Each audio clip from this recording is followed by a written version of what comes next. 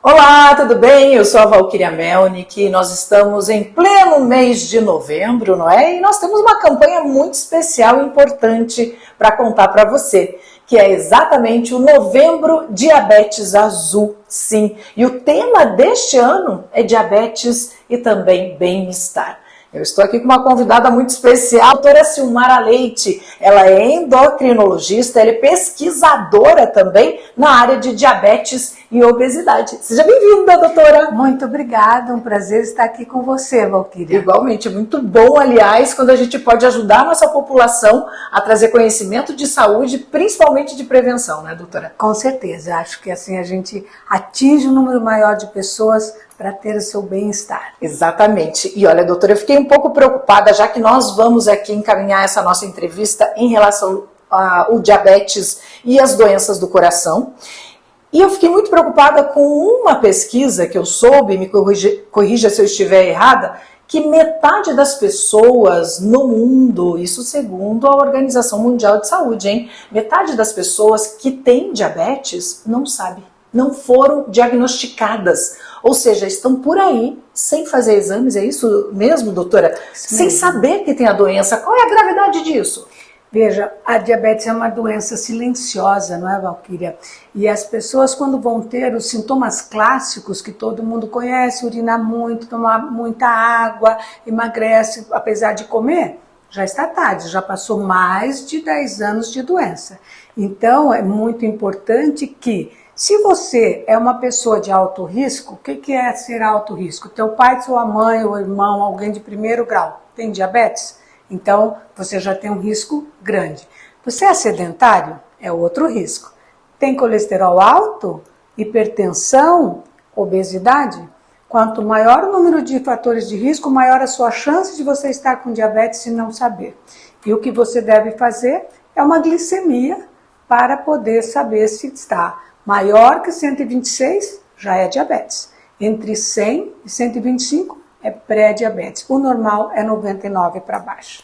Doutora, mas é muito comum na prática que as pessoas acabem descobrindo que têm diabetes por conta de outras necessidades, um check-up, por exemplo, conviveu com a doença um tempo e nem sabia que tinha. Como que é isso na prática? Você ficaria assustada de saber quantas pessoas descobrem que tem diabetes quando tem um infarto. Ali é que ela sabe a principal causa daquele infarto. Porque doença cardiovascular é a principal causa de morte prematura nas pessoas com diabetes. Então eu posso dizer que isso é uma das causas, das consequências, aliás, de você ter um diabetes não tratado, não diagnosticado e não tratado. Exatamente, a morte prematura.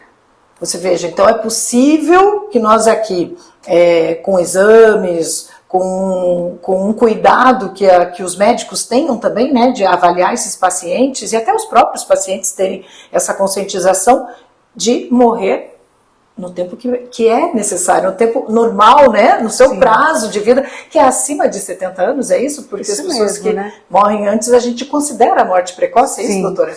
Na verdade, assim, se você tem um infarto, né, um homem com uma idade menor que 60 anos, ou a mulher menor que 65 anos, isso é considerado precoce.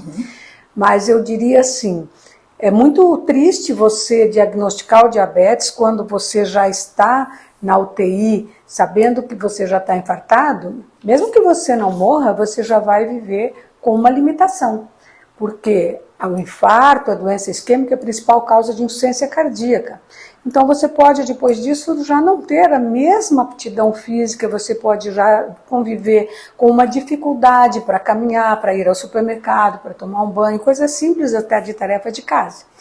Então, o problema é também não só a gente não evitar a morte precoce, mas também o modo que a gente vive, né, Valquíria? Verdade, Como a gente vive. De forma mais saudável, né? Sim. Inclusive, falando sobre isso, eu quero linkar a questão da obesidade, que há uma correlação também, né, do diabetes com a obesidade. Quais seriam as suas recomendações, então, em relação a esse assunto, doutora? Então, eu acho que é importante a gente dizer aqui, Valquíria, que Não é só obesidade um fator de risco, conforme eu coloquei. Então, 80% das pessoas que têm diabetes têm obesidade. Mas a gente tem 20% que tem diabetes e não tem obesidade.